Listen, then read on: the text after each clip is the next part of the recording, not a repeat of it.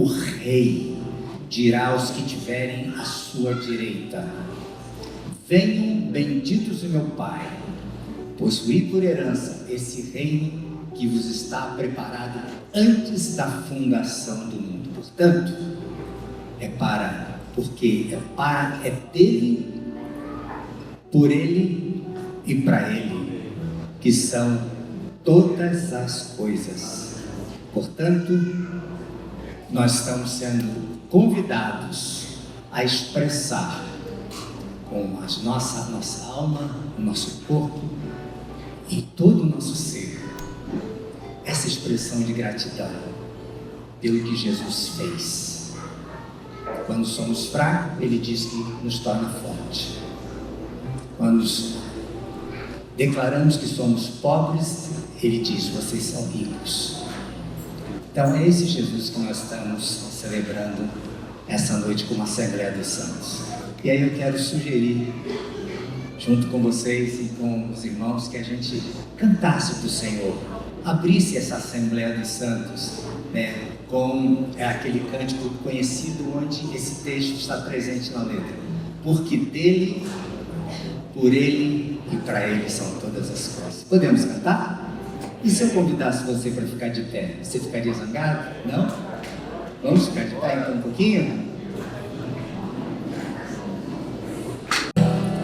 Porque dele, por ele, para ele são todas as coisas. Porque dele, por ele,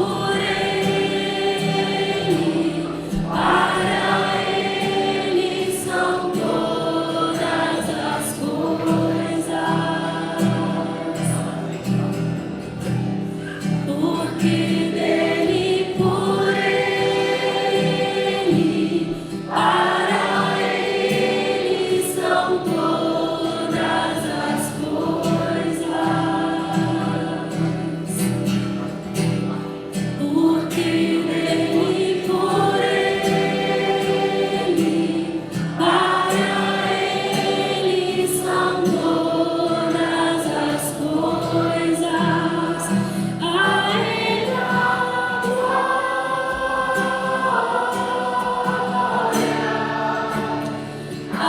Ele a glória, a Ele a glória, a Ele a glória, pra sempre. Amém.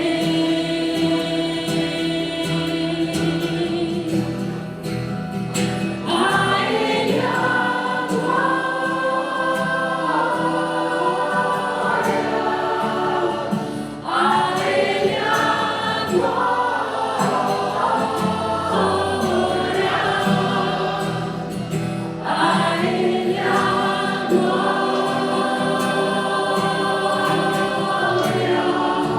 pra sempre. Amém. Com profundas riquezas, quão profundas riquezas do saber e o conhecer de Deus. Aleluia! Quão insondáveis seus juízos e seus caminhos. Quão profundas riquezas do saber e o conhecer de Deus.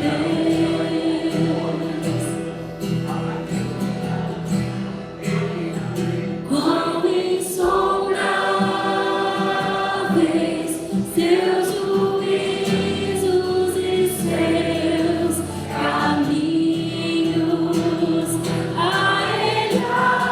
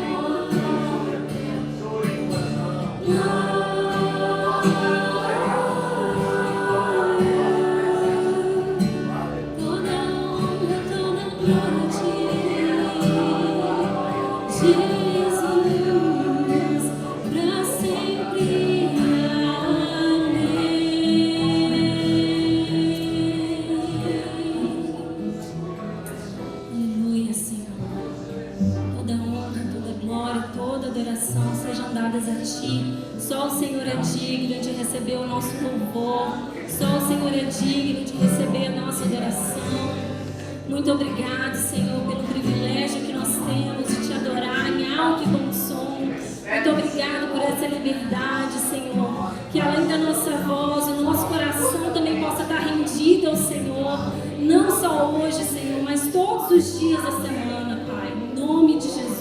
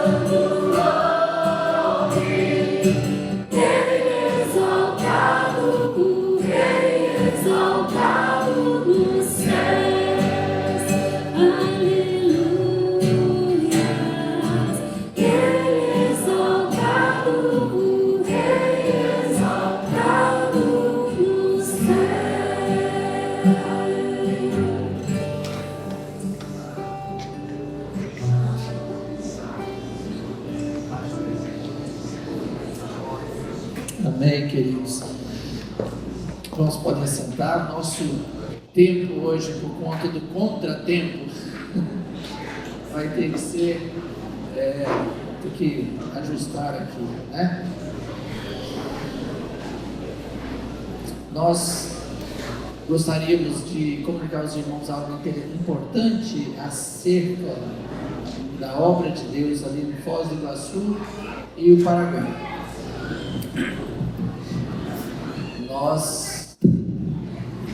Os irmãos conhecem nosso querido Robson, esse baiano enorme.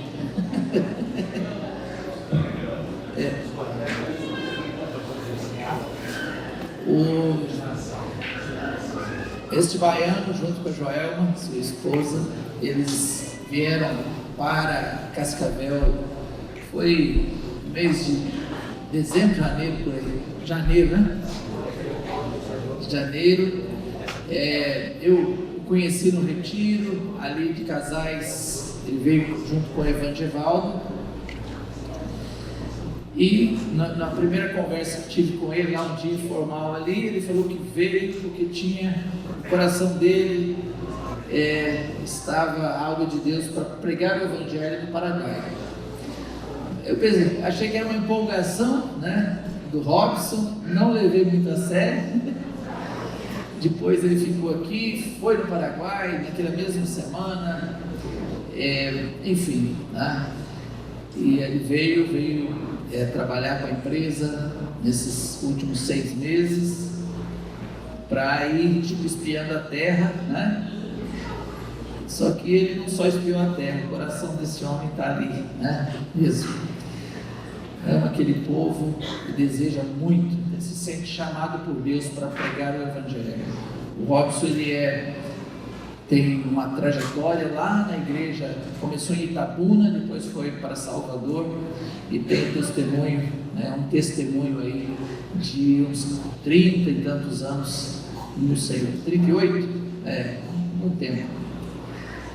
Então, é um homem que foi líder na igreja, nesses lugares. E aí, nós o chamamos, né, para o presbitério há umas 2 semanas, para perguntar, e aí, como é que está esse processo no seu coração, né? Aí para mim foi assim, até surpreendente a maneira que Robson falou. Ele falou, eu estou aqui em Cascavel, fico de segunda até sexta-feira, não vendo a hora de chegar sexta-feira, porque eu quero ir para o Paraguai. E de fato ele tem feito rigorosamente todas as semanas dessa maneira, né? Pega a Joelma, coitadinha, que já está cansada dessas idas e vindas, sai do trabalho, pega e vai direto para o Paraguai, chega na sexta-feira para o encontro. Graças a Deus vai 1 hora menos, né? Acaba tendo um delay a favor e chega lá, está com os irmãos na sexta, no sábado e volta sempre no domingo à tarde. E está aqui hoje porque pedimos que ele ficasse, porque senão ele estaria lá com os irmãos. E, bom, o coração dele está ali, tem essa convicção, e sendo um homem que tem uma trajetória, não é alguém que está começando agora a sua vida no Senhor, né? E tem que enviar rápido, tem que ser rápido porque já a idade já está indo adiante, né? Mas nós estamos fazendo algo que às vezes a gente comumente temos demorado muito para fazer, e nós não vemos nenhuma razão para esperar mais o que? Abençoar esta ida e este envio, né, do Robson, né, para o Paraguai, para pregar o Evangelho e fazer a obra naquele lugar. Esse homem está com esse coração. Sabe que os bichinhos estão amarrados querendo sair correndo? Então vamos soltar para deixar esse cavalo ir adiante, né? Amém? Queria chamar Robson, Joel aqui. Não sei se algum dos companheiros tem algo a acrescentar.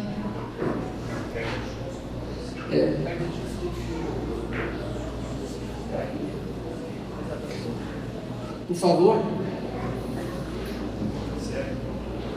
network quer falar algo? Não. Robson, nosso tempo está curto, mas é permitido você usar a palavra. Amém. Vou pegar seco. Fica seco, tem água.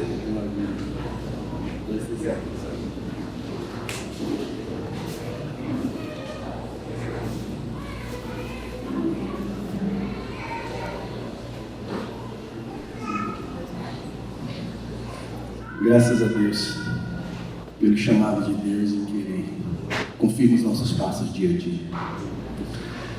Vou ser bem breve, para não demorar muito. Muitos aqui conhecem um pouco da minha história, porque eu tive a grata oportunidade de conversar particularmente com alguns. Eu tive o grato prazer de desenvolver amizade com outros também. Essa história começou em 2022, quando as filhas se casaram e se foram. E eu me vi ali na Bahia, servindo a Deus, liderando o grupo caseiro, servindo a igreja. Mas o coração começou a apertar, porque não era só isso que Deus queria de mim. E como essa fase da minha vida já havia passado, eu olhava para minha esposa, ela olhava para mim e dizia: meu filho, é só isso aqui, vamos ficar aqui nesse sítio, nessa vidinha mansa, criando galinha, criando bicho, e as almas aí se perdendo. Dali nós começamos a orar a Deus, orando ao Senhor. Me surge uma história com o Paraguai. Eu disse: meu Deus, Paraguai. E a gente começou a orar pelo Paraguai em 2022. Em 2023 nós compramos umas passagens para ir ao Paraguai, conhecer o Paraguai. E nós não sabíamos nem da igreja em Cascavel, não conhecíamos. A nossa vida foi toda na Bahia, nem em Foz, e muito menos que tinha alguns irmãos no Paraguai. E ali a gente comprou aquelas passagens, compramos hotel, compramos tudo, fomos pagando ali parceladozinho, devagarinho, aquele desejo de ir lá ver, para ver se confirmava no coração se era isso mesmo. E em setembro de 2023, a empresa que a gente comprou as passagens faliu. Aí a gente perde as passagens, perde tudo, aí a gente disse: ué, meu Deus, e o Paraguai? Coisa da nossa cabeça. É coisa da minha cabeça. Eu fiquei naquele conflito. Nesse período, o Evangivaldo, ele frequentava muito lá o sítio, e nós não havíamos conversado isso com ninguém, com o familiar, com a igreja, com os pastores. Aí, quando aconteceu de perder as passagens, aí a gente conversou com o Vanjo, né? Vanjo, nosso coração estava assim, orávamos por isso e isso. E aconteceu isso, e agora nós estamos assim um tanto frustrados, sem saber qual a direção de Deus. Estamos aqui nesse sítio, nesse mundaréu de coisa que a gente construiu, uma casa de 400 metros quadrados com 5 suítes, e eu e a mulher. E a gente, com o coração nisso, começou a investir, mas aconteceu isso aqui, Vanjo. Aí o Vanjo vira para mim e diz: mano, vai ter em Foz do Iguaçu um retiro de casais. É bem pertinho do Paraguai.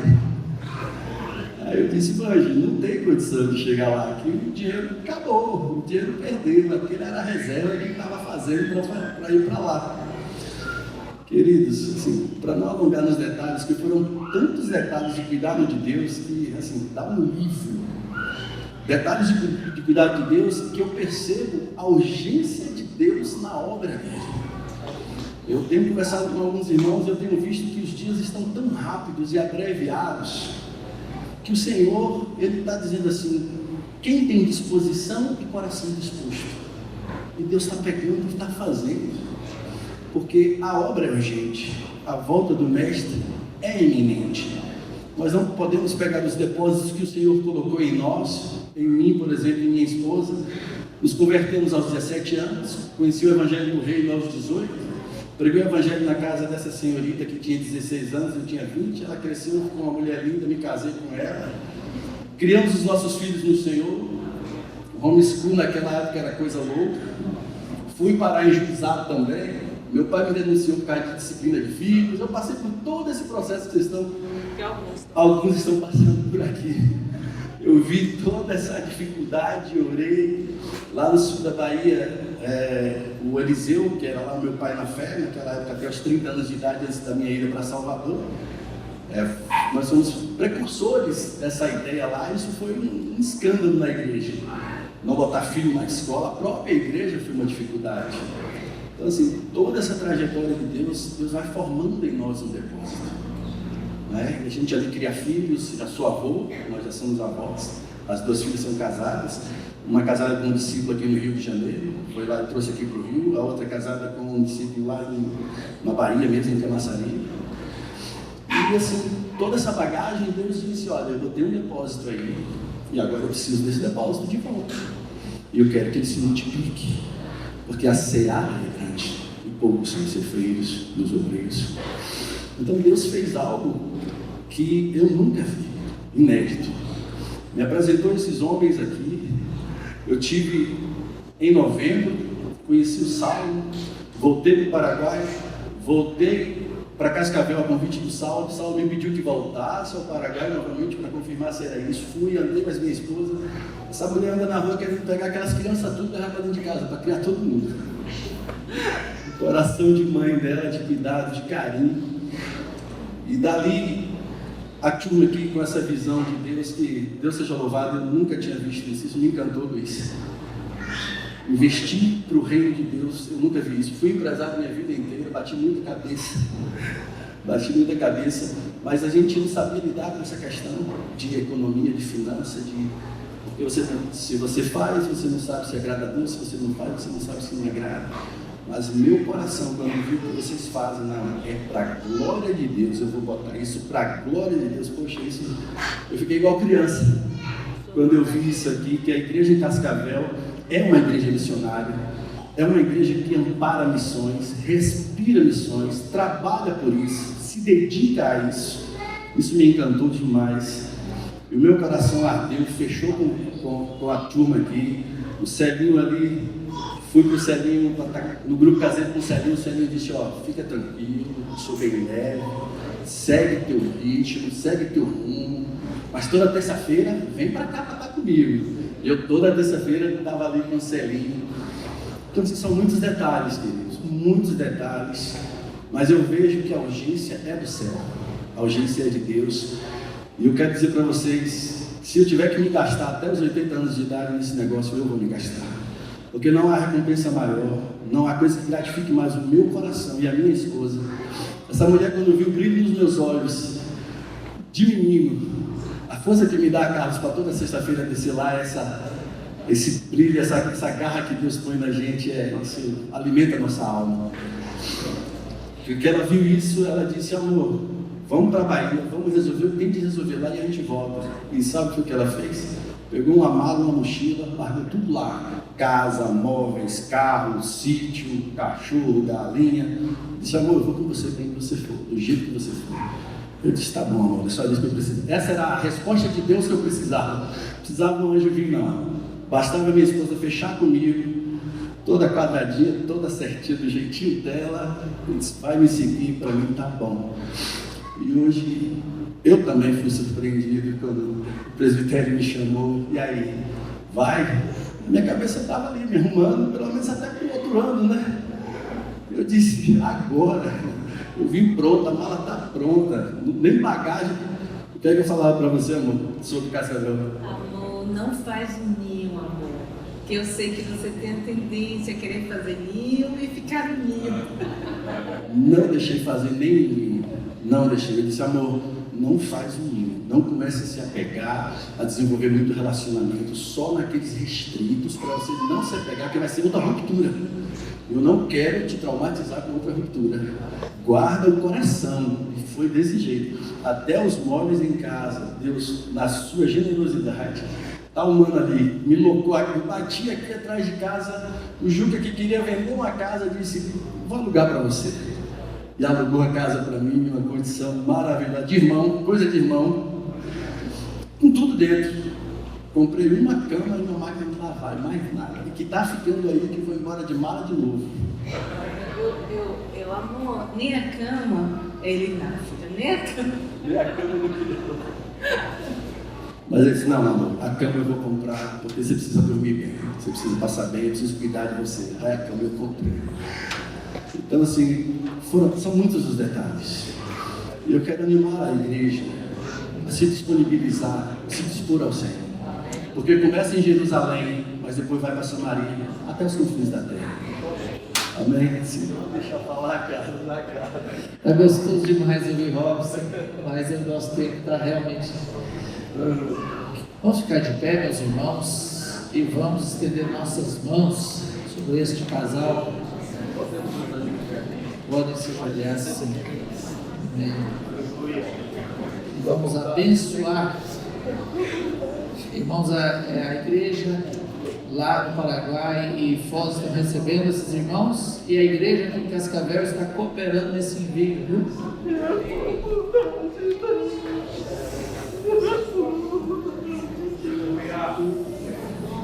Senhor, essa é a hora do Robson e da Joana.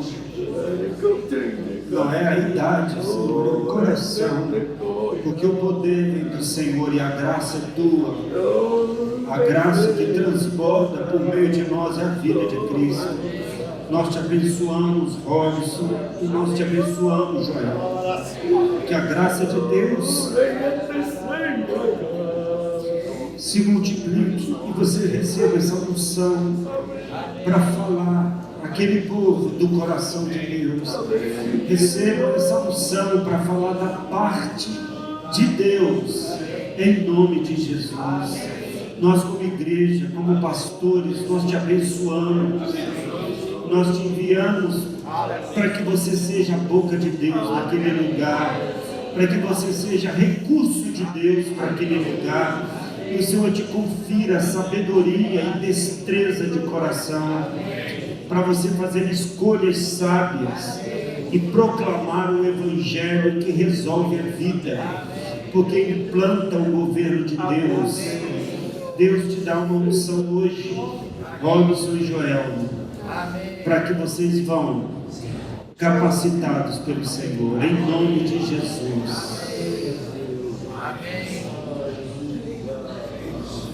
Sim, Senhor, ministramos graça pela fé. Essa imposição de mãos que recebe com fé, para receberem dons do Senhor, para essa obra que o Senhor lhes tem enviado. Que o Senhor te confirme com outros sinais, com outras evidências, por meio, sobretudo, de unção, poder do Espírito Santo e frutos ali naquele país. Que o Senhor faça com que pessoas sejam atraídas até você e lhe dê a unção e dons especiais necessários para poder ser boca de Deus, ser resposta do Espírito Santo a centenas e a milhares de pessoas ali no Paraguai. Abre caminhos, ó Deus, abre caminhos e confirma, Deus, a casa que eles devem morar ali, Senhor. Confirma, Senhor, a questão da identidade do Paraguai que precisam tirar. Vai, Senhor, na frente, põe a tua mão e que o Senhor seja honrado e glorificado, e que uma igreja forte se estabeleça ali no Paraguai e pela cooperação do Espírito na vida, Senhor, de Robson e na vida de Joel. Em nome de Jesus. Amém. Eu gostei muito, Robson, quando você falou que essas coisas que aconteceram a volta, né, de sua vinda até aqui, dessa conexão conosco, mostra a urgência de Deus, né? Achei muito interessante, e essa frase, ela ressoe no coração de todos nós, amém? Amém. Bom, temos conosco aqui o Edilberto, queria chamá-lo.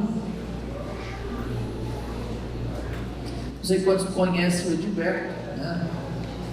Mas eu o conheço há 42 anos, nós já tem algum tempo. Nós nos tornamos grandes amigos no Seminário Betânia, né? Onde Saulo também estudou, e Júlia. E fomos até colega de quarto ali nos anos que estudamos. Era uma escola interna, e Deus uniu nossos caminhos até hoje, né? Nós nunca perdemos essa amizade e essa cooperação mútua de ministério. O Gilberto foi enviado para Roraima, Boa Vista, em 1987, e tem estado lá na fundação, plantou, Deus usou ele para plantar uma igreja ali, que hoje é um grupo grande naquela cidade. E, bom, por aí vai. Deus permitiu ele estar aqui conosco hoje, durante essa semana, e aproveitamos receber da graça de Deus. Aí eu te apresento os irmãos queridos que estão com você, a Damares que está ali, mas se apresenta ela. Queria apresentar aqui o Eberson, sua esposa, Andréia, e Pedro, Isa e Bia. Eles vieram com a gente. Aliás, nós viemos convidados por ele. Eles falaram: não, nós vamos com você. E Damares, que está lá na ponta, minha esposa, a gente esteve aqui em 2021, passamos acho que uma semana por aqui e logo tivemos que ir embora. Não tivemos oportunidade de conhecer a igreja, mas conheci muitos irmãos preciosos, de quem tinha muita saudade, queria estar com eles, e também queria estar com os irmãos da Venezuela, com quem tive grande relacionamento de muitos anos. Tem alguns aqui que são mais que filhos, né? São assim, gente de casa, gente que a gente viveu com eles, conviveu com eles, e o Senhor continua fazendo essa obra, e maravilha poder ter eles aqui. O pessoal da Venezuela que está aqui podia levantar. Olha aí, ó, tanta gente bonita. Amém, amém. Deus abençoe. Amém. Tem gente lá atrás, né? Tem gente no corredor lá no final. Que bom. Bom, gente, eu vim com uma carga no meu coração e eu sempre falo: Senhor, será que essa carga é do Senhor mesmo? E será que é isso mesmo? Aí hoje, lá pelas 4 da manhã, de novo o Senhor veio falar comigo: é isso que eu quero que você fale. E aí já começou a dizer algumas coisas e alinhar exatamente, porque eu vim aqui para falar com uma pessoa, não vim para falar com muitas pessoas, eu vim falar com uma pessoa, e eu não tenho nenhuma preocupação de falar para outra pessoa, e essa pessoa é você. Então essa palavra não é para você levar, não é aquela palavra para você levar para outra pessoa, essa palavra é para você. Eu acredito que o Senhor tem essa direção, e é uma direção muito, muito forte. Eu queria falar um pouco da pessoa que me encantou, e por isso eu vivo, e por isso eu ando, por isso eu estou nessa terra. A verdade, depois que me converti, encontrei o Senhor, eu vivo na expectativa de voltar para Ele. Não tenho muito interesse nessa terra, e eu sou um cara que não teve muita vontade de conhecer essa terra, porque eu sou um cidadão do céu, eu não sou daqui. Eu não vim para cá, eu não vim construir nada aqui, e tudo que você construir não cabe no teu caixão. É estranho isso, né? Mas a gente quer construir muita coisa, e tem gente que constrói as coisas pensando que o seu caixão vai ser um container. Então vai botar todas as coisas no container e entregar lá, acabou sua vida, leva suas coisas. Então não vim para fazer outra coisa a não ser cumprir a minha missão, e já encontrei a pessoa que eu queria encontrar. Eu encontrei o propósito de Deus. Eu sei por que eu vim, e porque eu vim, eu agora posso viver nesse mundo não como se dele dependesse ou precisasse dele. Então o meu coração está em outro lugar, e eu gosto demais daquilo que Jó falou, né? Ele falou: eu tenho saudade do céu, eu quero ir para lá, porque lá habita o meu rei. Eu sei que o meu Redentor vive, e por fim ele se levantará. E se nós vamos encontrar ele, e se essa não é a sua expectativa, eu não sei bem o que você está fazendo aqui, porque nós não estamos aqui para outra coisa, a não ser conhecer Jesus. E se tudo que você tem não cabe dentro do seu caixão, então você não vai levar praticamente nada. Então nós precisamos aqui colocar nosso coração em dia na presença do Senhor. Quando eu começo a falar sobre o Senhor, e eu fico um pouquinho incomodado que as pessoas não estejam à vontade aqui para essa conversa. Eu não sou um bom pregador, eu gosto de conversar, e eu gosto que você se sinta aqui do meu lado. A gente está batendo um papo agora sobre Deus, sobre a vontade de Deus. E quanto mais eu falo do Senhor, meu coração se anima e meu coração fica cheio de alegria, porque a alegria do Senhor invade o nosso coração quando a gente consegue entender o propósito. E pensando no propósito, eu não tenho como não pensar quando Deus criou o homem. E quando Deus criou o homem, Deus tinha um grande propósito. E eu falo isso e vou falar de novo outra vez. Deus não precisa de nada que você tem, nem de alguma coisa que você possa fazer. Deus não precisa de nada, Ele é autossuficiente. Ele tem tudo, Ele tinha tudo. Ele e o seu filho, eles estavam juntos, eles tinham tudo em comum. Mas um dia ele falou: eu quero estender minha família, eu quero ter uma família grande, eu quero estender meu coração, eu quero estar com pessoas ou com seres criados à nossa imagem e semelhança. Eu quero que essas pessoas elas possam desfrutar um relacionamento. Muito tempo atrás, um irmão querido foi lá e ele falou um negócio. Você sabe que cada um traz uma pérola sobre Deus. E ele falou um negócio de grande significado, e eu fiquei assim meditando, e eu penso que a gente tem sempre um mosaico, né?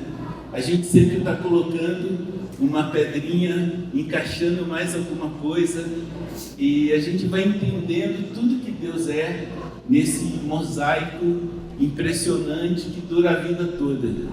Então, o que eu era antes, a minha compreensão já não é mais a mesma. Agora eu tenho uma compreensão um pouco melhor, muito mais forte, uma convicção muito mais interessante e espessa, porque o Senhor está fazendo essa obra no meu coração. Então Deus, Ele tem um trato de se revelar a cada um de nós de maneira particular. E esse irmão falou um negócio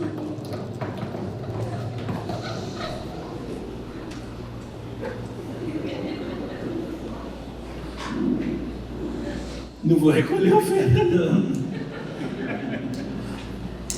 E ele falou um negócio muito interessante. Ele falou: Deus é como aquele pai que resolve fazer pão, né?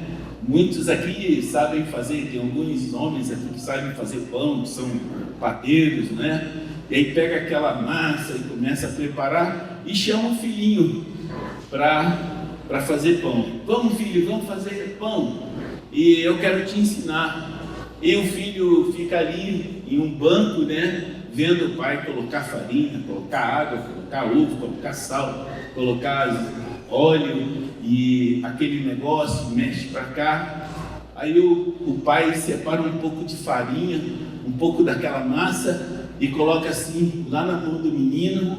E o menino, agora vamos fazer a massa. E tudo que o pai faz, o menino faz.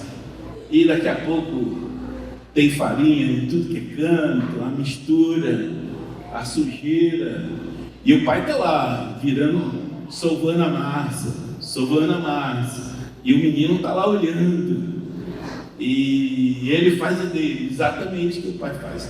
Aí uma hora cai no chão e bota de novo na mesa, e o pai está lá fazendo. E aí agora o pai deixa descansar a massa e coloca lá, e o filho também bota, mas já caiu no chão, já se misturou, passou pelo nariz, aquela confusão toda, menino desajeitado, mas o menino está lá, e o pai fala, filho, eu quero que você participe comigo.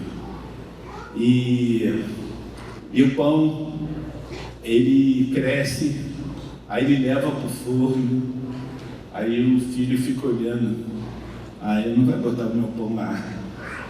Aí o pai, não, você vai colocar o seu pãozinho que você fez. E o filho fica feliz porque o pão dele não presta, mas ele participou daquilo que o pai estava fazendo. Quase tudo que a gente faz não presta. Eu não sei se você já chegou a essa conclusão.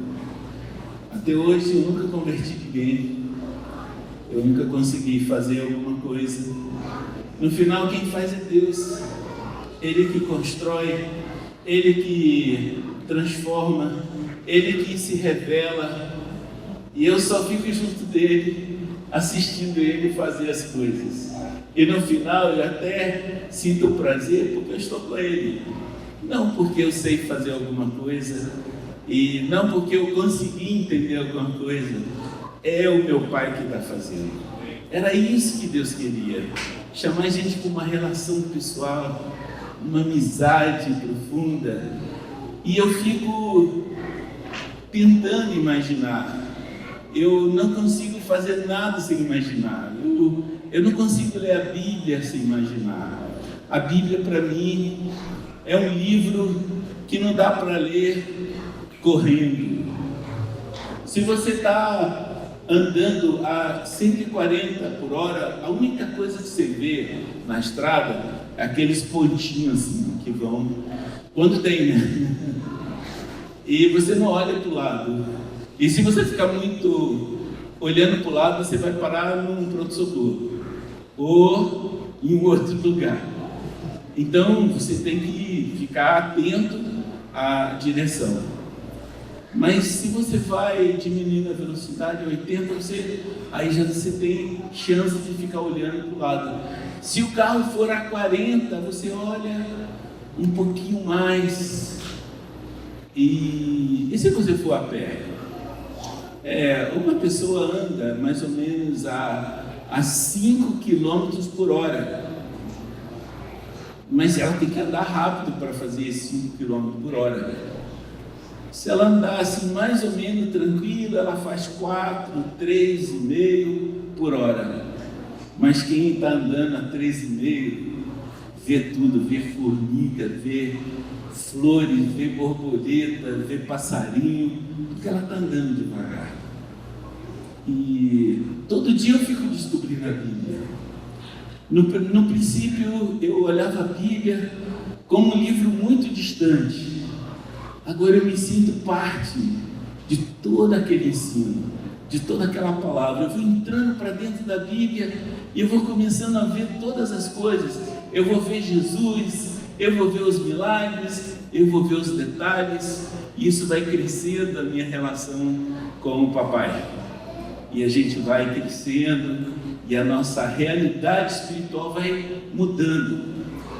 Mas isso não foi assim. Quando Adão foi criado filho de Deus. E Adão tinha um relacionamento maravilhoso com Deus. E Adão estava descobrindo tudo. E Deus falou, é o seguinte, vou marcar um horário para a gente conversar. E na viração do dia, lá estava o pai falando com Adão, Adão, e aí como é que foi? E ele estava lá exultante, admirado, descobri mais um negócio, eu descobri que você fez isso, aquilo é tão maravilhoso, e aquele relacionamento era tão intenso, e eu acho que o momento desse encontro era maravilhoso, e era uma expectativa para Adão, e uma expectativa para o nosso pai. Ele queria conversar com o filhote dele lá, que ele fez com qualidades. E ele não precisava ter fé, ele não tinha doença, ele era sustentado por Deus. Era um momento, tudo era maravilhoso. Ele tinha uma revelação de Deus impressionante.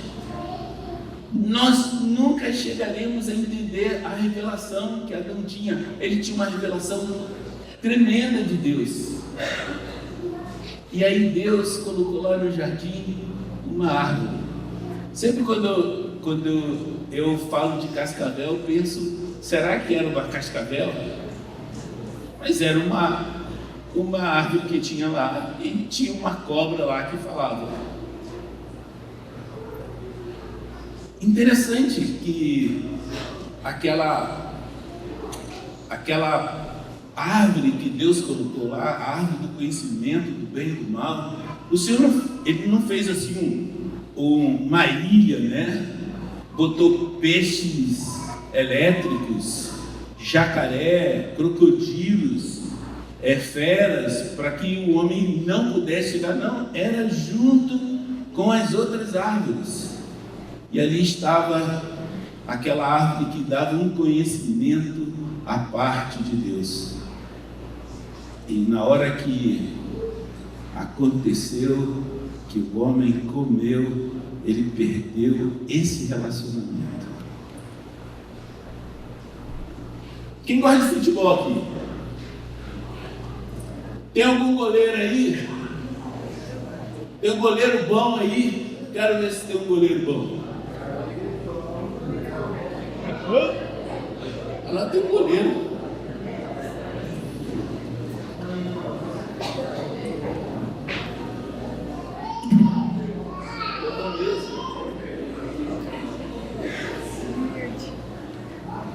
Tá vendo essa garrafa? Quem já quebrou uma garrafa? Aí, eu já quebrei garrafa. E nossa família é cafezeira, não é mesmo? E será que vai quebrar? Ela é tão bonita, né? Gente, vou contar aqui um segredo aqui para vocês. Falei com o Carlos, lá tem uma garrafa bonita, lá na casa do Carlos. Show! E eu falei, você me dá essa garrafa?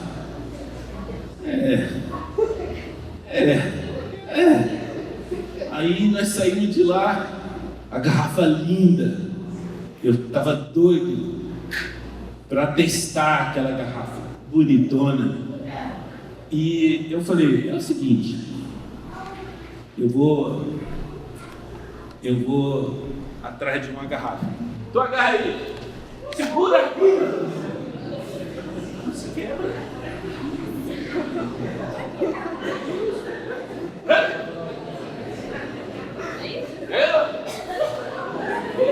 Fica com ela.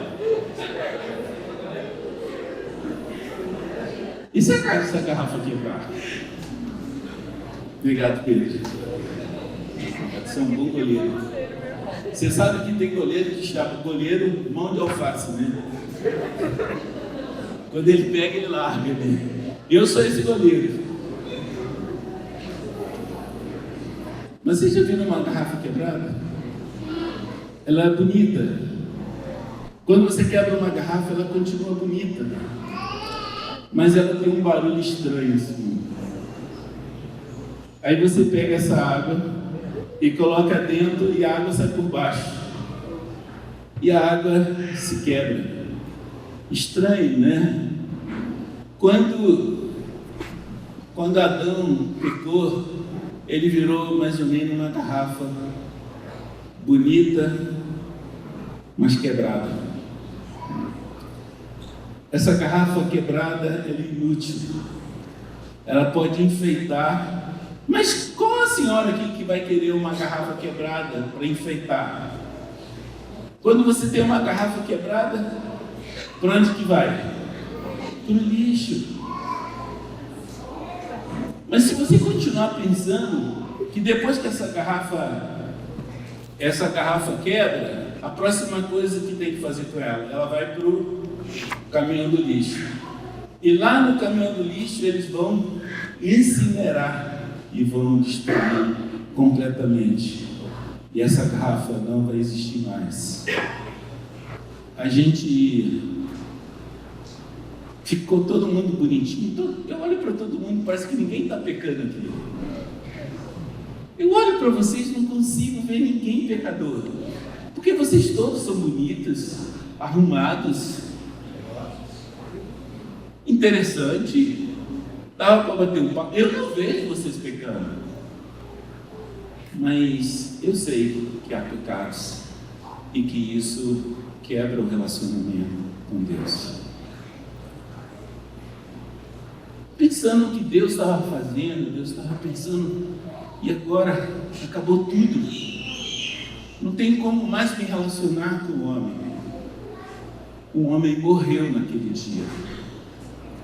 Aliás, Adão morreu? Ele não morreu, ele continuou, ele teve filhos, ele continuou, a coisa continuou acontecendo, mas ele morreu. Ele já não era mais útil para Deus. Ele perdeu o relacionamento. Mas Deus arriscou tudo. Sabe por que Deus arrisca tudo? Porque Deus criou o homem à sua imagem e semelhança. O homem, ele precisa de usar aquilo que veio de Deus, ele precisa de vontade. Eu não posso pensar que alguém aqui casou com uma pessoa por obrigação. Eu não posso pensar que alguém casou aqui porque estava sendo obrigado, porque estava sendo ameaçado. Todo mundo casa porque ama, porque quer viver com aquela pessoa para toda a vida. E é isso que faz os casamentos, os relacionamentos perpetuar e até o último dia da vida de um dos cônjuges. É que há uma liberdade até chegar. Tem alguém noivo aqui? Eu nem vou perguntar. Mas até o dia do sim, você não está casado. Até aquela hora, aquela derradeira hora. E eu conheço a história aqui de um amigo meu que foi casar, o Vargas, e eu conheci essa história. E a família da moça tinha um hotel aqui em Autônia, um hotel, e marcaram o casamento, e a família toda veio do interior para o hotel, e o Vargas chamou lá o casal e falou assim: não é porque eles estão aqui que vocês vão ter que casar, vocês só casam porque vocês querem, e se não houver esse compromisso de amor, a festa nenhuma vai fazer isso. Na verdade, nós precisamos de querer. Você precisa querer Deus. Outro dia eu estava falando com essa mesma ilustração, e tinha um rapaz lá que tinha tentado 3 suicídios. E eu estava penalizado por ele, eu estava com muita compaixão. E aí depois da reunião eu comecei a falar com ele. Ele falou: essa palavra me tocou muito, porque eu não tenho vida, eu sou essa garrafa quebrada, eu sou essa garrafa estragada que não serve mais. E eu falei: só depende de você. Se você quiser, o Senhor vai fazer você uma nova vida. Ele tem vida para te dar. E se você é essa garrafa quebrada, Ele joga você fora e faz você novo, uma nova criatura. Ele faz tudo de novo. Há uma lei da física chamada entropia, que nada pode voltar ao estado normal. Uma vez que quebrou. Não há como colar esses pedacinhos. Não há como remendar esses pedacinhos.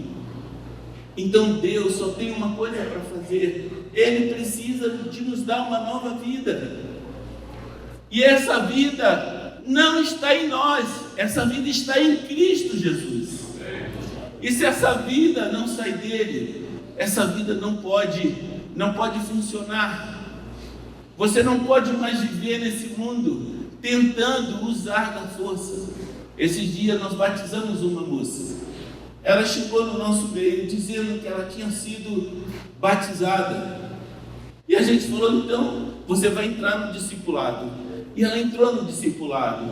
E ela falou: eu vou ser uma discípula, eu vou ser uma discípula. E ela começou a se organizar. E ela acordava às 5 horas da manhã e começava a ler a Bíblia. Ela tinha um programa de leitura bíblica.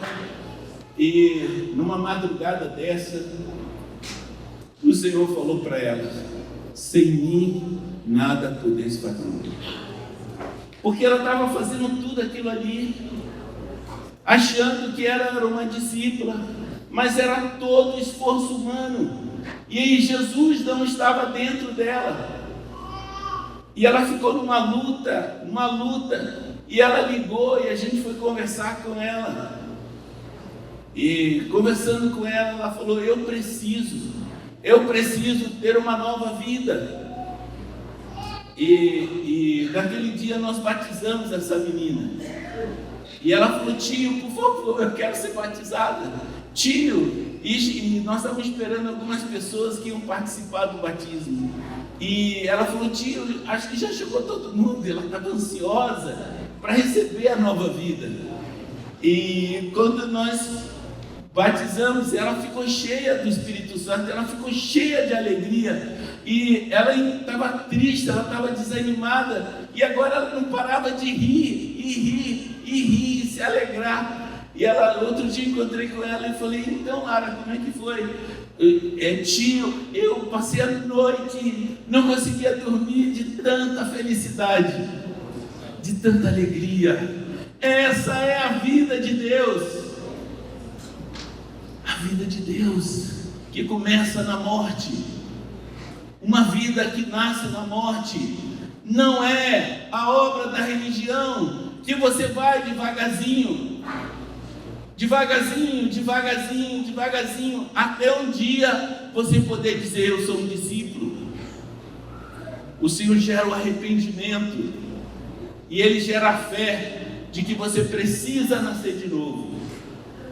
Em Efésios capítulo 2, versículo 1, ele diz: Ele vos deu vida, estando vós mortos em vossos delitos e pecados. Todo homem está morto para Deus. Todo homem é essa garrafa bonita, quebrada. E ele precisa da vida de Deus. Ele precisa receber a vida que está em Cristo. E Deus fez promessa lá desde o princípio que Ele enviaria o Filho dele. Ele enviaria um homem perfeito.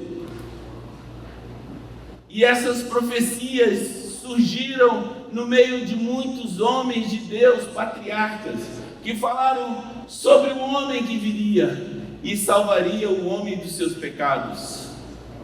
Eu acho impressionante quando a Bíblia fala que João Batista foi o maior dos profetas.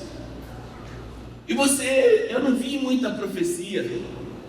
João Batista não teve muita profecia, não teve muitas palavras, ele era um homem diferente. E Deus tinha que mostrar toda a diferença naquele homem. E quando ele viu Jesus, ele diz: eis o Cordeiro de Deus que tira o pecado do homem. Essa foi a grande profecia. Aqui se realizou a obra de Deus, a obra que o Pai queria, de resgatar o homem. Eis o Cordeiro de Deus que tira o pecado do homem. Que coisa maravilhosa! Deus não desistiu do homem. Deus não desistiu desse relacionamento. Deus não desistiu de você. Deus não desistiu de insistir para que você o ame de todo o coração, de que você o coloque em primeiro lugar da sua vida. Nós não podemos pensar que alguém pode seguir na igreja sem ter vida, a vida de Deus. E essa vida está nele. É uma vida gloriosa, é uma vida que transforma de dentro para fora. É a habitação de Deus em nós. E isso é uma realidade espiritual. Eu estava lendo, eu estou sempre lendo a Bíblia e encontrando coisas. Gente, eu já sou velhinho de ler a Bíblia, mas de vez em quando eu encontro coisas que eu nunca vi, que eu nunca ouvi, ninguém nunca pregou isso para mim. Eu fico impressionado porque essa palavra fica totalmente nova. E eu comecei a ler novamente João 15, aliás, desculpa, João 6. Vamos ler junto aqui. O fio não cabe. Então, eu estava...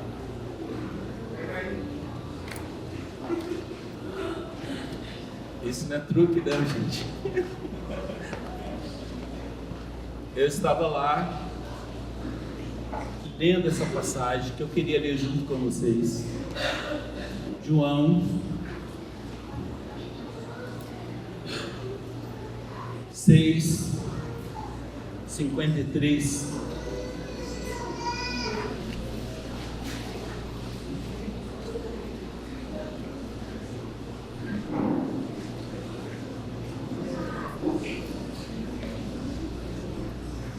Vamos lá, João 6:53.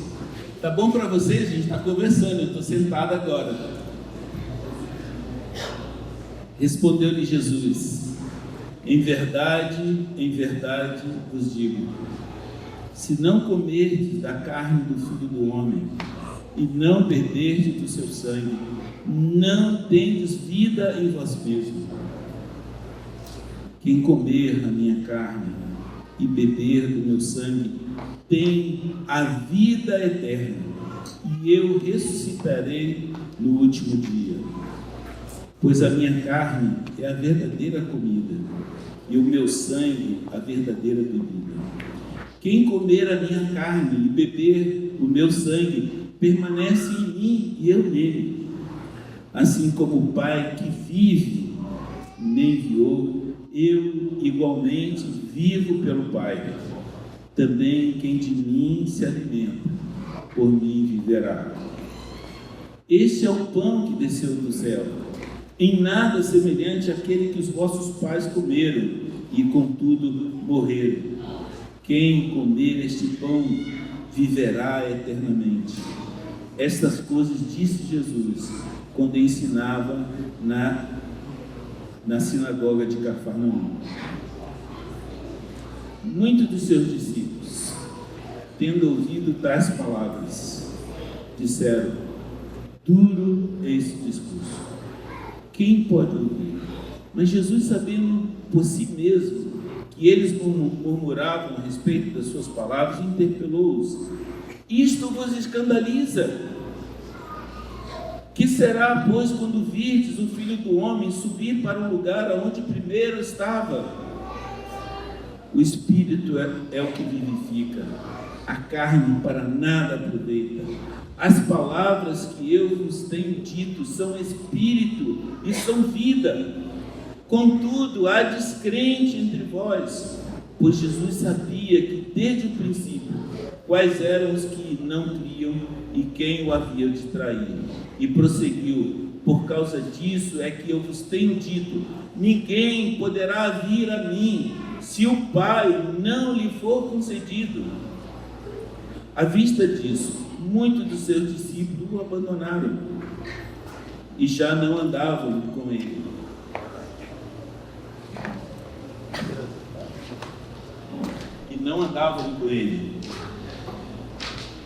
Então perguntou Jesus aos 12: porventura, quereis também vós outros retirar-vos? Respondeu Simão Pedro: Senhor, para quem iremos? Tu tens as palavras de vida eterna, e nós temos crido e conhecido que Tu és o Santo de Deus. Amém. Difícil entender isso. Que discurso estranho.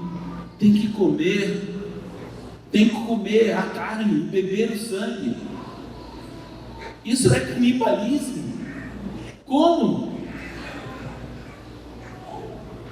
Como você precisa comer para viver? Jesus estava falando: se você não comer de mim, você não tem vida. Se você não comer de mim, não terá vida. Você precisa ter da minha vida dentro de você. Por isso você precisa comer. Por isso você precisa beber do meu sangue. Muitas vezes, irmãos, a gente olha para esse texto e não consegue entender muitos discípulos que estavam com Jesus, aquela multidão assim de discípulos que andavam com Jesus. Quando Jesus começou a falar com eles que eles precisam ter uma ligação muito profunda com Ele, ficaram estremecidos e não queriam mais seguir com Jesus. E Jesus parece que não está muito preocupado. Não está muito preocupado se alguém vai desistir. Mas ele sabia que quem ficasse deveria viver aquilo de uma forma completa e total. Porque ninguém come de Jesus e pode viver uma vida para si mesmo. Ninguém pode comer de Jesus e viver uma vida qualquer. Porque você agora está sendo habitado pelo eterno Deus. Agora você tem a vida de Deus. Você não é mais alguém qualquer. Você agora tem do Senhor. E é interessante que para você entender esse texto, você tem que entender o final desse texto. Pedro falou: para quem iremos nós? Queria perguntar para você: você está seguindo a quem? Talvez seja o Saulo, o Célio, o Carlos, o Cláudio. Eles são uma referência, mas vocês estão seguindo eles? Ou vocês estão seguindo o Senhor que está neles? Jesus não veio pregar uma religião. Se você veio aqui por causa de uma religião, para ter uma vida boa, para melhorar a sua situação, para melhorar o seu relacionamento com a sua esposa, para melhorar o seu relacionamento com seus filhos, você está vindo com o motivo errado. O seu motivo é o Senhor, e isso é fruto dessa relação. E se você não está ligado ao Senhor, você não pode experimentar esse poder transformador que tem Jesus. João 12, 24 diz: se o grão de trigo cair na terra, não morrer, fica ele só. Então, se não houver morte, se você não chegar à conclusão que você faliu, que você não tem mais esperança para você não vai receber a vida de Deus. Jesus convidando os discípulos. Eu não sei se vocês estão pregando isso para as pessoas, mas Jesus pregou assim. Jesus disse: se alguém quer vir após mim, a si mesmo se negue. Você está falido? Você ainda está com esperança de que você pode dar um jeito na sua vida? Muitas pessoas chegam na igreja e pensam que elas podem melhorar a vida. Pode parar de fumar, pode parar de xingar palavrão, pode parar de se meter em pecados graves. Esse não é o problema. Você não tem vida, você faliu. Você precisa dizer: eu nego a mim mesmo, daqui não vai sair nada, daqui não sai mais nada para viver. Eu preciso de um outro governo, eu preciso de uma vida fora de mim, porque eu estou quebrado. Muitos bancos faliram quando começou esses planos, e o nosso banco lá de Roraima faliu. E esse banco era o Banco do Estado de Roraima. E ele foi decretado a falência. E veio um interventor lá de Brasília e começou a fechar o banco. E aí o Carlos Cardoso recebeu uma herança e ele quer fazer um depósito lá. Vocês vão deixar o Carlos levar dinheiro lá para o Banco de Roraima se o banco está falido? É claro que não. Você faliu ou não faliu? As suas tentativas são assim: eu quero viver uma vida, eu quero melhorar minha vida, eu quero servir ao Senhor, mas você não tem vida em Jesus. Você precisa nascer de novo, você precisa receber a nova vida que está em Jesus. Você precisa se arrepender dos seus pecados. Você precisa de um outro governo. Se alguém quer vir após mim, a si mesmo se negue. Tome a sua cruz. Você um dia encontrou a cruz, porque a cruz é para condenado. Você é um condenado ou você é uma pessoa mais ou menos boa? Muita gente chega e fala para mim: Edilberto, esse irmão, ele já é um irmão, porque ele é gente boa, mas ele ainda não foi batizado. Ele não foi batizado, ele nunca entrou na porta. A porta continua estreita. Não dá para melhorar o homem estragado. Não dá para melhorar o homem sem vida. Ele precisa de uma nova vida. Ele precisa pegar a sua cruz. A sua cruz está lá e você precisa assumir a sua cruz. E quando você assume a sua cruz, você está dizendo: eu sou um pecador miserável, eu tenho ofendido o Senhor. E se você não confessa isso, você não pode receber a vida do Senhor. Tome a sua cruz.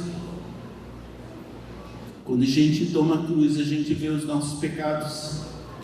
A gente vê o quanto nós somos desastrosos, como nós somos escandalosos, como nós queremos ainda oferecer a Deus alguma coisa que Ele não vai aceitar.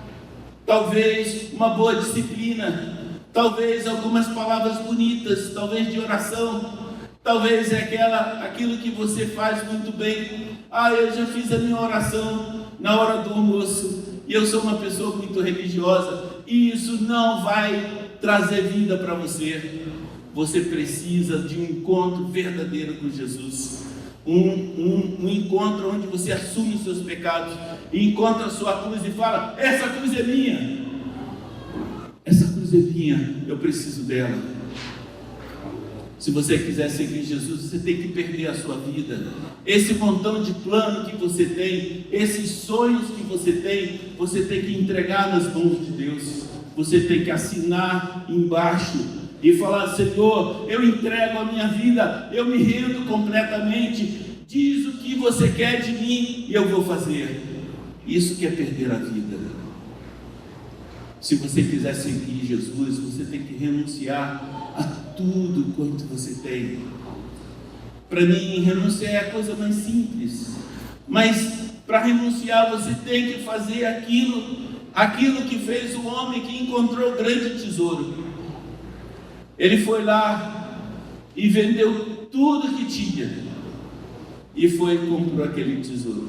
E a Bíblia diz lá que ele saiu de lá transbordante de alegria. O quê? Eu vou largar tudo, eu não tenho nada, agora eu encontrei um tesouro, agora eu vou viver para Ele, para toda a vida. Querido, se você não tiver essa expressão de fé, você não vai conseguir seguir Jesus. Não dá para pensar em meia sola.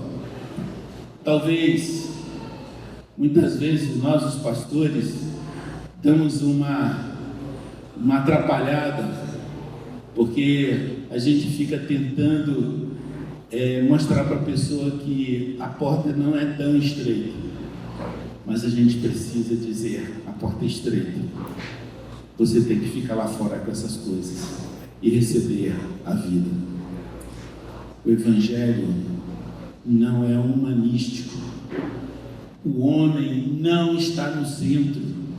Jesus veio reinar sobre nós, com seus valores, com seus ensinos, com suas propostas. E nós precisamos abraçar o reino de Deus integralmente. Não tem chance. Você não precisa ser chamado para uma experiência de passar pela porta. A porta já está ali, estreita, e você precisa passar por ela. A porta, quando você passa por essa porta, fica tudo que não serve. E aí você começa a viver uma nova vida. A gente parece que a gente não quer esse relacionamento com Deus. Muitas pessoas têm relacionamentos superficiais. Muitos relacionamentos são tão superficiais como um pires. Não é profundo, nunca desenvolve, também nunca se entregam. As pessoas não se entregam e querem ter um grande relacionamento. Deus não vai se enganar com você. Ou você entrega tudo nas suas mãos, ou você não vai experimentar o gozo da vida de Deus em você. Você precisa dessa vida. A vida está nele. A vida é a luz dos homens. Nós precisamos dessa vida. Nós precisamos experimentar essa vida gloriosa.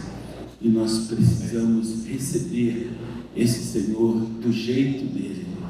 Não coloca condição, não coloca talvez amanhã, talvez outro dia. Você precisa fazer isso com a consciência mais nítida de que ele merece toda a sua confiança, e você vai se entregar completamente para que ele possa fazer tudo que ele tem que fazer.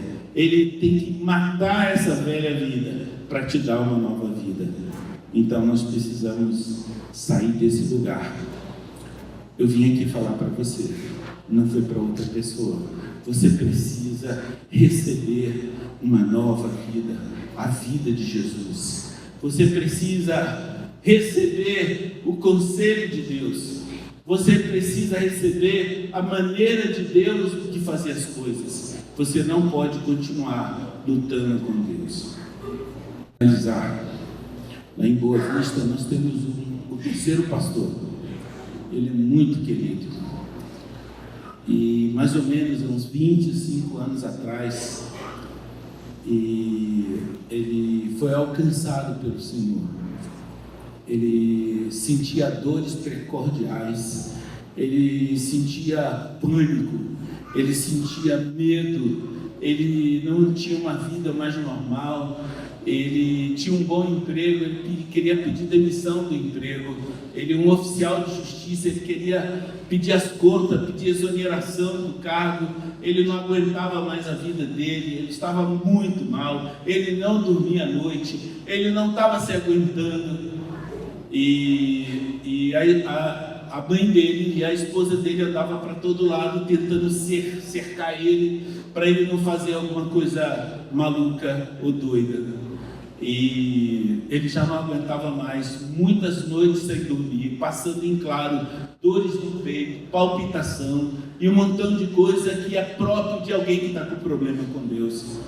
E aí, no final, ele foi num médico, e o médico era psiquiatra e falou: eu preciso dormir, eu preciso repousar, eu não consigo mais dormir. E o médico receitou lá um remédio para ele dormir e deu um questionário para ele fazer, um formulário para ele preencher. Ele preencheu e uma semana depois ele voltou lá e o médico perguntou: como é que você está? Você está dormindo? Ah, eu estou dormindo melhor. E doutor, o que é que eu tenho? Doutor, me diga o que é que eu tenho.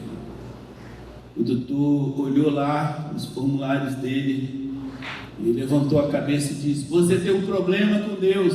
Você tem um problema com Deus. Vá resolver o seu problema com Deus. Porque muita gente está brigando com Deus e pensa que vai vencer e não vai vencer. Você tem que resolver o seu problema com Deus. E é você mesmo que tem que resolver. Não é a sua mãe, não é a sua esposa, não é o seu marido. Você precisa resolver. Você precisa se entregar completamente ao Senhor e receber a vida dele e voltar a esse relacionamento e falar com ele, e ouvir a sua voz, e ter certeza que agora você é dele, e você não é mais seu, agora você é para ele e para a sua glória. Você precisa entender o que eu estou falando.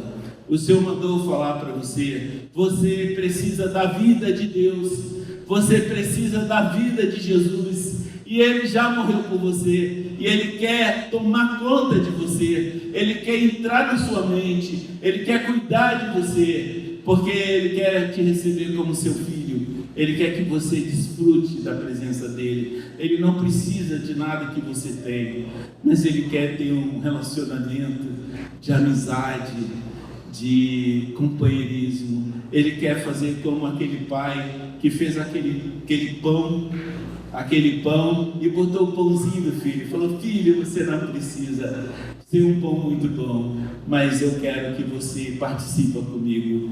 O que nós fazemos de bom? Não fazemos nada de bom, mas o Senhor fala: eu quero que você participe das coisas que o meu coração se enche, que se alegra, e nós precisamos experimentar isso. Essa palavra é para você. Essa palavra não é um protocolo, você não tem que fazer alguma coisa, mas você tem que resolver aí dentro do teu coração quem é que governa a sua vida. Talvez você ache que você tem feito muitos esforços e todo mundo está vendo que você está tentando mudar. Você não vai conseguir. Como aquela menina ouviu aquela voz: sem mim nada podes fazer. Então você precisa da vida de Deus, você precisa se arrepender, você precisa ser batizado, se unir a Cristo, e você precisa da vida do Espírito Santo dentro de você. Você precisa ser cheio do Espírito Santo, você precisa ser tomado pelo Espírito Santo, e você precisa se encher desse propósito, dessa alegria, desse fervor que domina o nosso coração. Você sabe por que eu estou aqui? Por que eu vim de tão longe? Eu vim aqui para falar isso com você. Você precisa usar a sua vontade e dizer: eu quero totalmente andar com o Senhor. E talvez a gente não sabe, muitos dos nossos discípulos, pode ser que você também seja contado como os discípulos, como Jesus tinha aqueles discípulos, e eram discípulos, Jesus não falou outra coisa, e muitos dos discípulos foram embora. E Jesus ficou. Não, Jesus não fica assim. Jesus não chora, porque Ele está fazendo uma obra firme na sua vida. Você precisa comer da carne e do sangue de Jesus. Você precisa estar totalmente integrado. E aí o que rola é a nossa vontade. Eu não sei se você estava com vontade de vir aqui. Eu não sei se você queria estar aqui, mas Deus te trouxe aqui. E o Senhor te trouxe aqui para mudar completamente a sua maneira de pensar. Ele quer que você seja um discípulo que não bota mais condição. Um discípulo que não diz, amanhã eu começo. Um discípulo que não pode dizer, eu não aguento mais, porque todas as coisas são possíveis. Um discípulo que vive completamente para Deus. Que maravilha! Deus pensou em tudo. Deus nunca pensou que Ele tinha perdido essa guerra. Ele continua esperando seus filhos de volta. Todos os dias que nasce mais uma criança. Ontem nasceu o neto do Saulinho. O Senhor tem esperança. Eu vou encontrar um coração que seja totalmente meu. Esse vai nascer. E um dia esse menino vai encontrar com Jesus. E ele vai ser um discípulo por vontade própria. A gente fica muito dolorido quando a gente vê os nossos filhos. A gente fala, tomara que eles se coloquem diante de Deus. Tomara que eles... Mas eles precisam escolher o Senhor. Você não pode forçar a barra. Eles precisam dizer, eu quero o Senhor. E aquele rapaz que tinha tentado 3 vezes suicídio,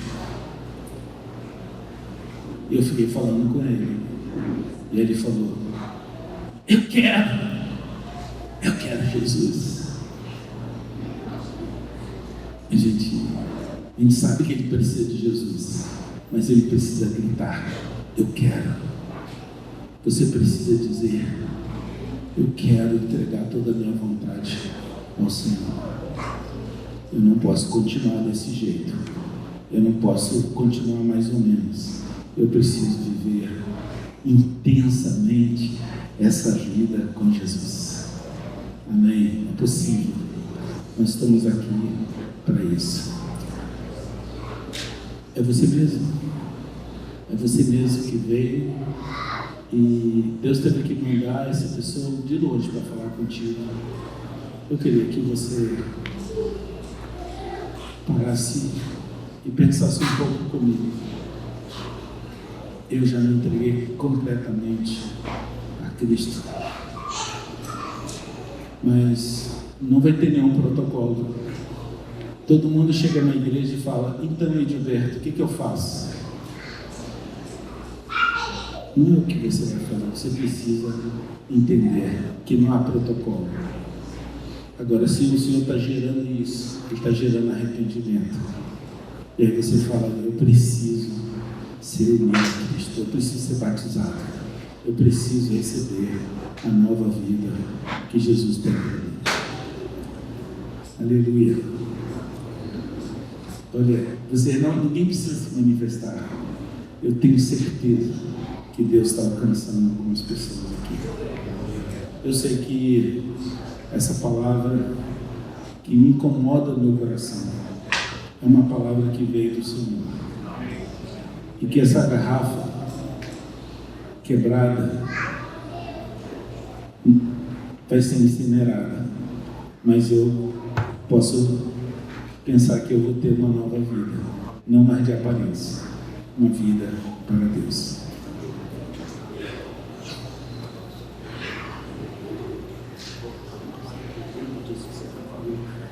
Irmãos, eu creio que é de Deus eu falar isso que vou falar aqui agora, porque estava lá em casa hoje e, coincidentemente, entre aspas, a minha garrafa térmica quebrou. Mas ela é de aço inox, então se você olhar para ela, ela está perfeita, mas ela está destruída. E eu estava lá em casa com a Júlia, quando alguém gritou lá, quebrou a garrafa.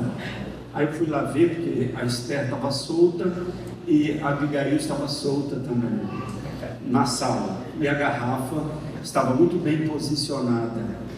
E ela foi para o chão, quebrou, e a minha garrafa de chimarrão. Eu olhei e falei, mas o que é isso? Aí ficou aquela confusão, mas hoje o Gilberto falando isso aqui, eu devia ter trago a garrafa. Se nós tivéssemos combinado, né? Porque por fora ela está boa, mas por dentro ela está quebrada. Mas ainda pode-se trocar o êmbolo. Quantos já trocaram o interior de uma garrafa térmica? Pode-se trocar e ficar boa de novo. E eu penso que é isso que Deus quer fazer para nós, conosco. Deus não nos quer jogar fora. E Deus não vai nos trocar. Deus vai nos recuperar por dentro, onde ninguém vê. Se você olhar a minha garrafa, ela está linda, ela não arranhou, não trincou nada, mas ela está destruída por dentro. E às vezes a vida da gente é assim, ela está destruída por dentro, mas nós temos uma boa aparência por fora. E o que Deus quer é trocar o nosso interior por um interior novo e preservar o que não se estragou. Eu estava ali sentado pensando assim, nós como pastores, aqui o Célio não é daqui, eu não sou daqui, o Carlos não é daqui, Luiz não é daqui, Gilberto não é daqui, nós somos enviados aqui.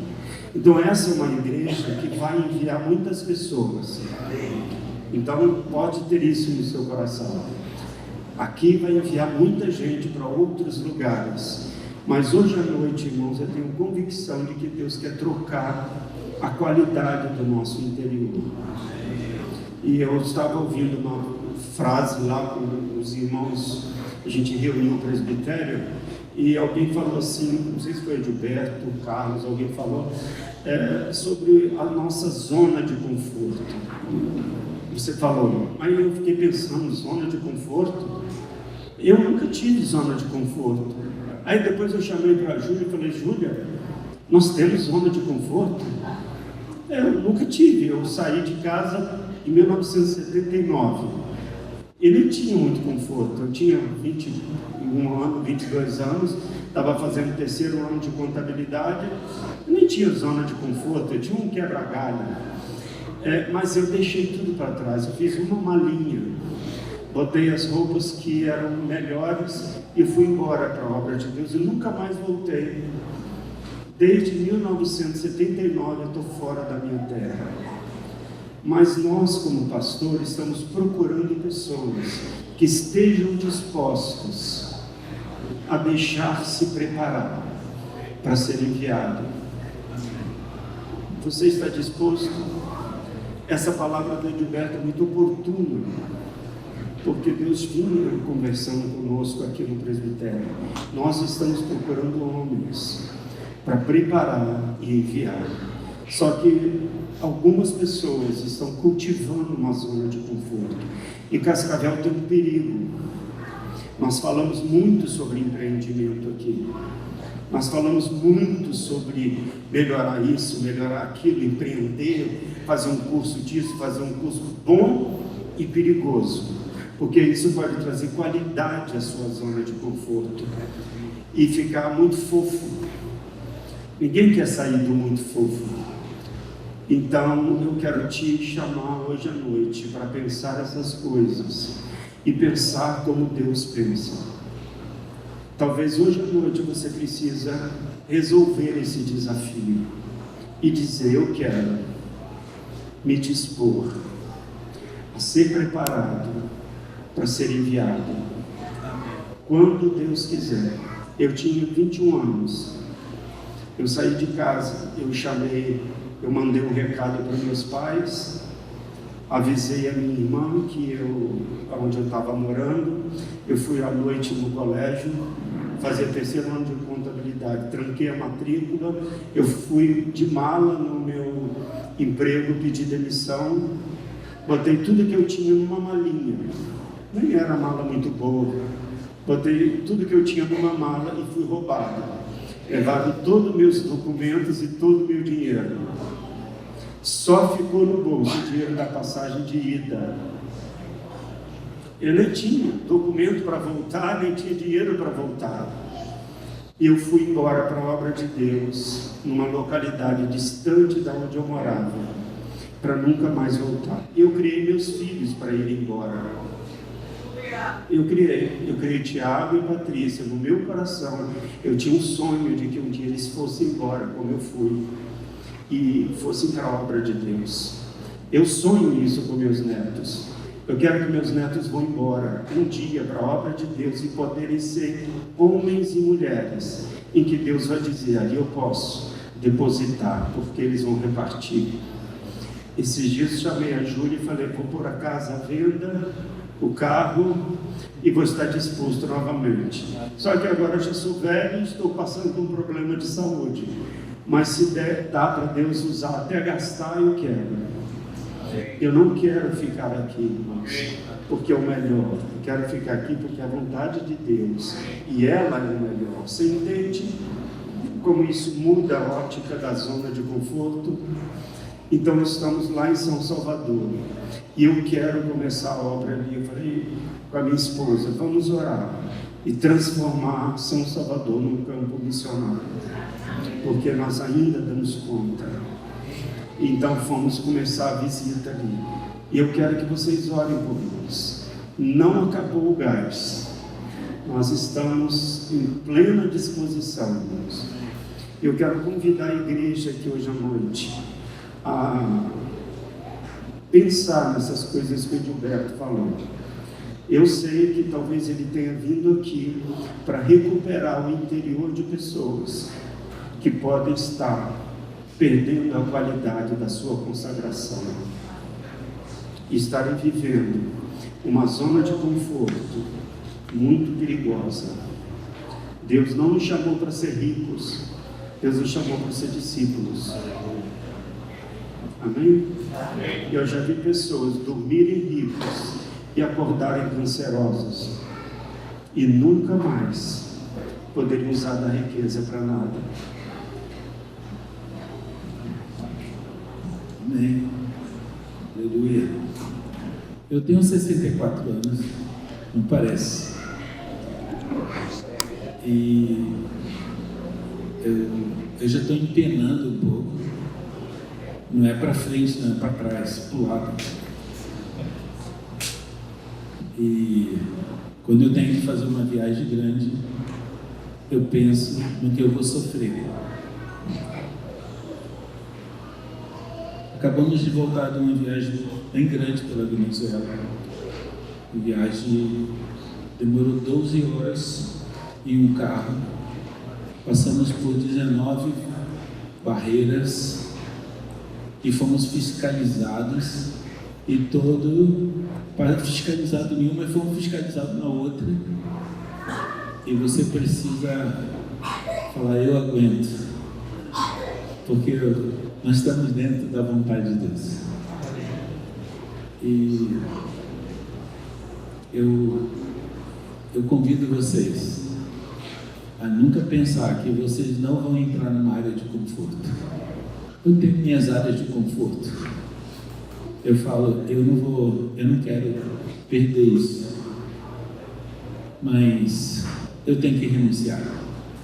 Eu tenho que colocar minha esposinha ali, tadinha, ela tem que me seguir. E ela, não sei onde ela amarrou o trem dela, mas eu estou arrastando ela para todo lado. E interessante ver nosso irmão aqui. Ele já é vovô e está pensando em seguir. E eu me lembro que eu, Carlos, nós chegamos com 22 anos no seminário. A primeira pessoa que eu encontrei lá no seminário foi Saulo, cortando a grama do seminário. E a gente era garoto, no mesmo. Quem olhava para nós não confiava nem em uma moeda, porque a gente era muito menino. Mas a gente falou: eu vou entregar tudo. E nesse entregar tudo, Deus começou a fazer muita coisa. coisa. Deus está falando com a gente, né, queridos? Vamos baixar a cabeça. Eu quero te convidar a entregar tudo. Eu quero te convidar novamente a tomar a tua cruz. Eu quero te convidar a viver essa experiência com o papai. Não sei fazer nada, mas eu vou estar junto, Senhor. Meu pão não vai ficar bonitinho igual o teu, mas eu quero confiar. Deus, o Senhor não é enganado. O Senhor nunca se engana. Essa palavra tem um coração certo.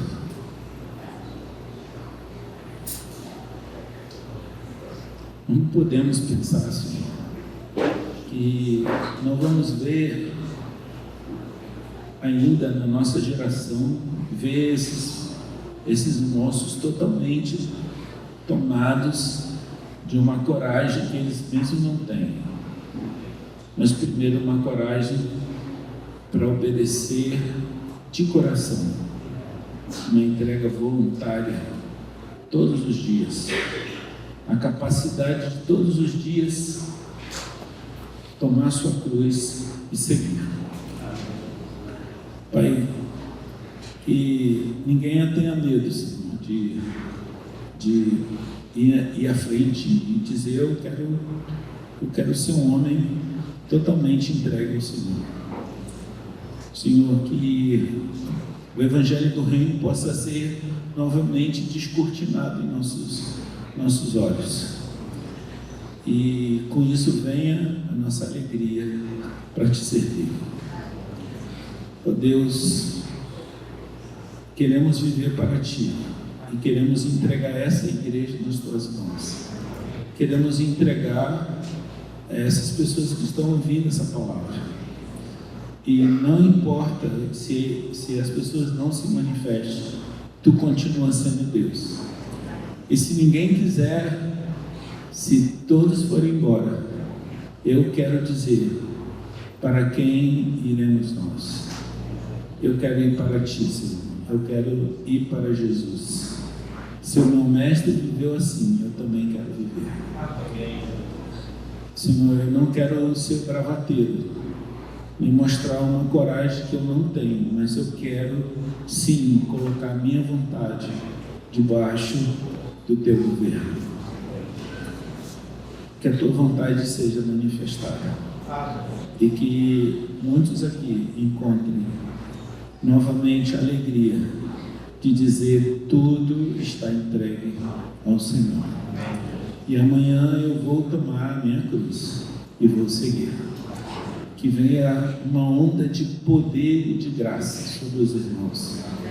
E que a igreja seja tomada de um desejo de servir, de viver essa experiência ainda maior. Uma experiência todos os dias com a pessoa de Jesus. Eu te peço tudo isso no nome de Jesus. Amém.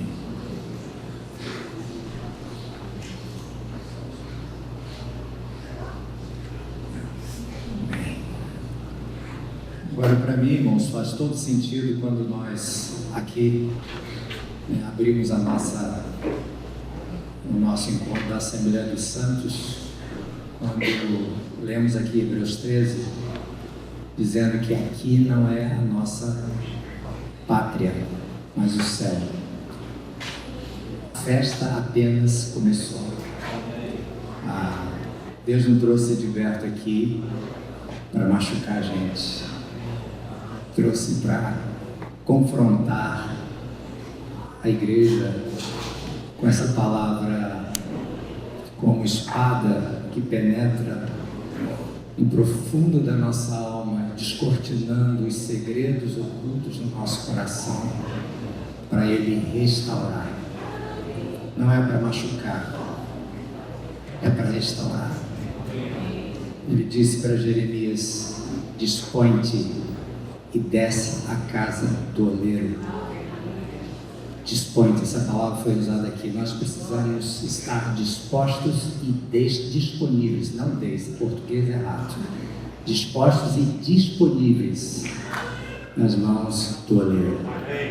Eu sou fadado a acreditar que a igreja, ela é a casa do oleiro e que a mão de Deus está se movendo todo o tempo,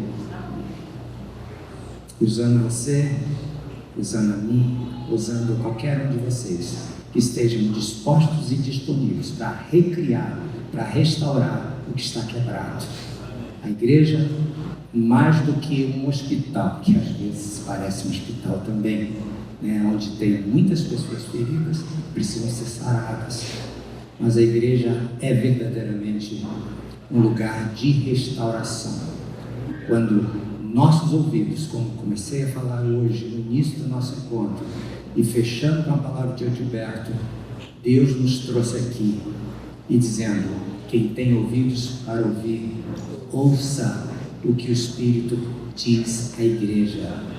Não é escutar, é ouvir, com esse coração disponível e disposto a se submeter. Amém? Deus,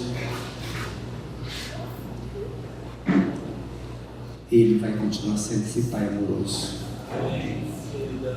queridão, amável. Amém? Mais alguma coisa, Carlos? Podemos então ir para uma outra parte? Qual é a outra parte, Saulo? Cada um voltou para suas casas, né? Vai com Deus.